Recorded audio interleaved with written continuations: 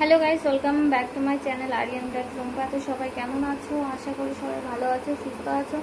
তো এখন বাজে 4টে, আর আমি 4টের সময় ব্লগটা স্টার্ট করছি, কারণ আজকে আমি ভেবেছিলাম ব্লগটা করবো না। তো করার ইচ্ছা একদমই ছিল না, শরীরটা একদমই ভালো লাগছে না। তো ভিডিওটা এর জন্যই শুরু করলাম যে একটা কাকিমা আছে, ওনার বাড়িতে আমি যাব। তো উনি আমাকে 1 সপ্তাহ 2 সপ্তাহ আগে আমাকে জানিয়ে রেখেছিল যে ওনার বাড়িতে আজকে 7 তারিখে অনুষ্ঠান আছে, ওনার ভাইয়ের ছেলের অন্নপ্রাশন।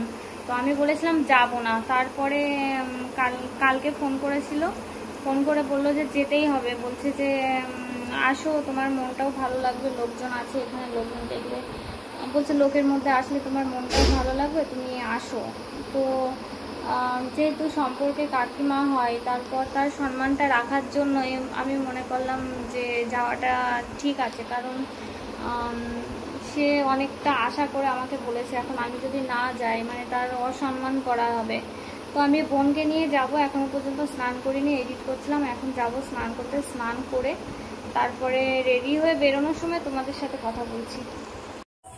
তো গাইজ এখন বাজে 5টা, আর সবেমাত্র স্নান করে আসলাম, শ্যাম্পু করলাম আজকে।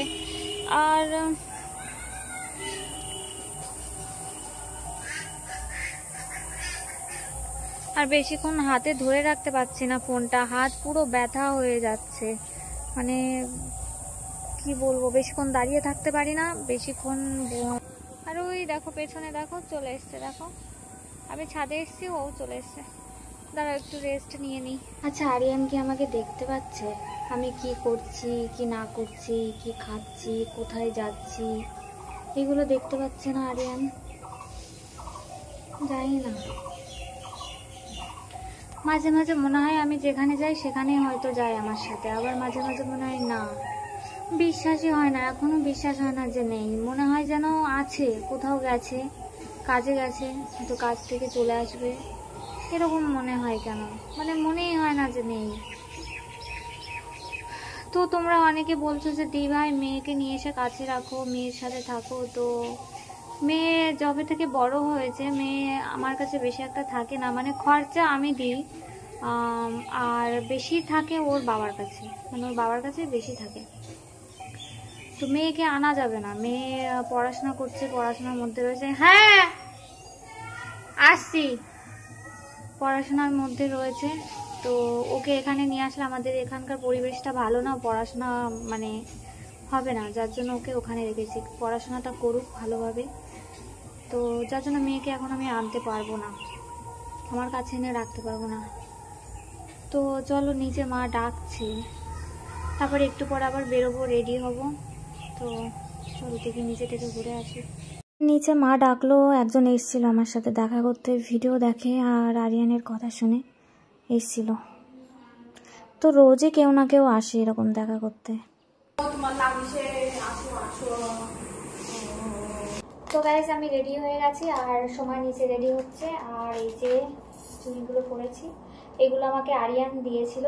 তো এই জোড়া দিয়েছিল, এই জোড়াটা পরলাম না, হাতে যেহেতু ঘড়ি পরেছি, কারণ ঘড়ির উপর চুড়ি পরতে আমার একদম ভালো লাগে না। আর এই চুড়িগুলো বড় হয়ে গেছিলো আমার হাতে, তবুও আরিয়ান নিয়েছে, দেখো বেরিয়ে যাচ্ছে, তবুও নিয়েছিল, কারণ এই চুড়িগুলো ওর খুব পছন্দ হয়েছিল, খুব পছন্দ হয়েছিল।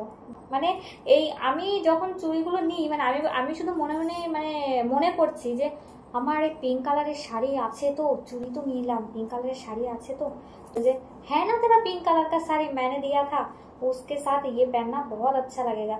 হোলির দিন পরেছিলাম, আর এই যে আজকে পরে যাচ্ছি। তো চলো যাই, যেতে যেতে কথা বলছি তোমাদের সাথে। তো বাচ্চাটাকে আমি এর আগে কখনো দেখিনি, মোটা না রোগা জানি না, তো আন্দাজেই একটা ড্রেস নিয়ে নিলাম এখান থেকে। এই ড্রেসটা নিলাম, এটা বোন পছন্দ করেছে, তো ভালোই লাগছিল। আর এই জেঠিমাটা আমাকে জিজ্ঞাসা করছিল, কারণ ইনি আমাদের ভিডিও দেখে, তো সব কিছু জিজ্ঞাসা করছিল আর কি। আবার আবার একটা মেয়ের সঙ্গে গল্প করছে।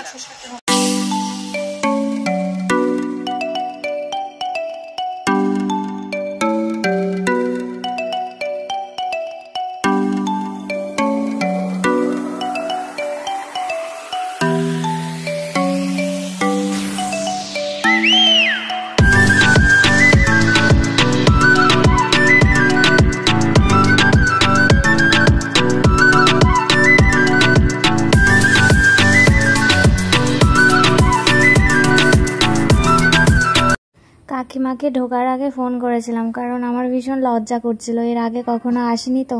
আর সবাই কেমন আমার দিকে তাকিয়েছিল, আমার ভীষণ মানে লজ্জা লাগছিল আর খারাপও লাগছিল, কারণ এর আগে যেখানে গেছি, কোনো অনুষ্ঠানে গেছি, আরিয়ানকে নিয়ে গেছি। বিশেষ করে কাকিমার বাড়িতে কোনো অনুষ্ঠানে এসেছি তো আরিয়ানকে নিয়েই মানে এসেছি, কারণ আরিয়ান কাকিমাকে খুব পছন্দ করতো, মানে কাকিমা আরিয়ানকে খুব ভালোবাসতো, জামাই জামাই বলে ডাকতো। এই কাকিমার বাড়িতে যে কোনো অনুষ্ঠান হলে আমাকে আর আরিয়ানকে তো বলবেই।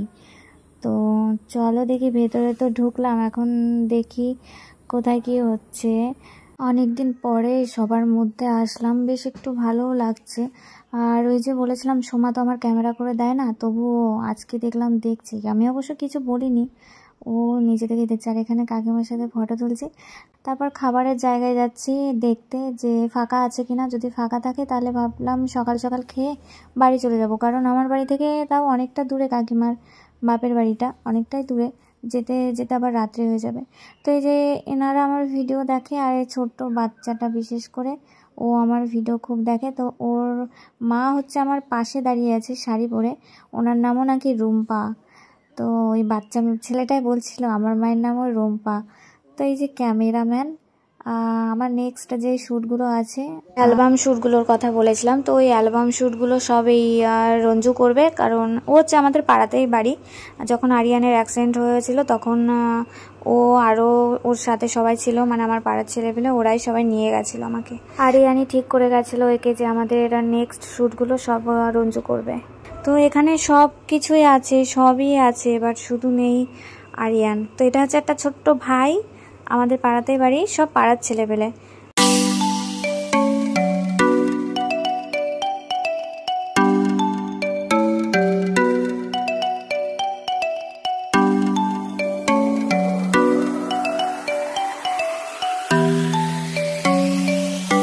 এরা কেউ খেতে পায়নি বলে এখানে বসে বসে লুডো খেলছে।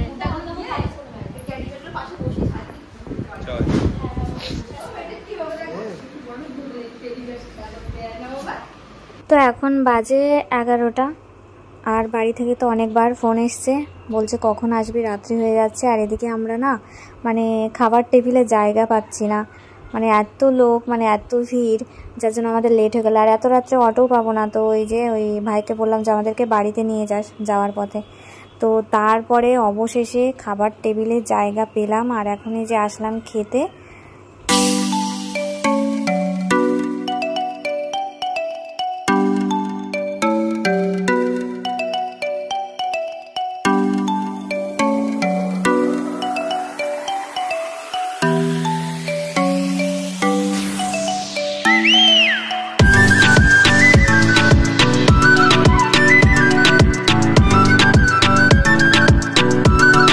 তো খাওয়া দাওয়া শেষ করে এই যে এখন বেরোচ্ছি। আর এই রঞ্জু এসেছিল এই কাকিমার বাড়িতে ক্যামেরা শ্যুট করতে।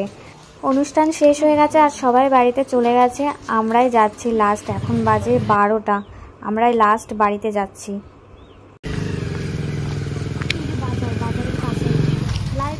এখন বাজে রাত্রি 12টা, মানে 12টার সময় আমরা বাড়িতে যাচ্ছি পড়ে উল্টে। হ্যাঁ, তো এখন যাচ্ছি বাড়িতে, ভাইয়ের বাড়িতে, কারণ এখন অটো টোটো কিচ্ছু নেই এই রাত্রিবেলা।